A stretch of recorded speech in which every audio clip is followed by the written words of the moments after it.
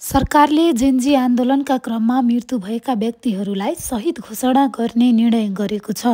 सोमबार बसेको मन्त्री परिषदको बैठकले भदौ 23 र 24 गते आन्दोलनका क्रममा ज्यान गुमाएकाहरूलाई शहीद घोषणा गरेको हो।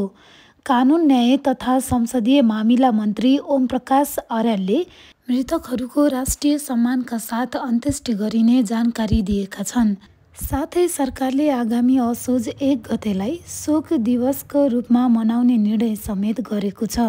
सरकारले मृतकका परिवारलाई राहत स्वरूप जनही 15 लाख रुपैयाँ दिने निर्णय गरेको छ। यसमध्ये 10 लाख मृतकका परिवारलाई राहत स्वरूप र थप 5 लाख अन्त्येष्टि तथा अन्य खर्चका लागि प्रदान गरिनेछ।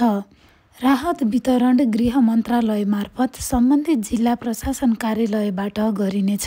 साथै आन्दोलनमा घाइते भएका व्यक्तिहरूको निशुल्क उपचार गरिने निर्णय पनि मन्त्री परिषद बैठकले गरेको छ। प्रधानमन्त्री सुशीला कार्की नेतृत्वमा गठन भएको अन्तरिम सरकारले सोमबार पहिलोपटक मन्त्री परिषद बैठक बोलाएको थियो।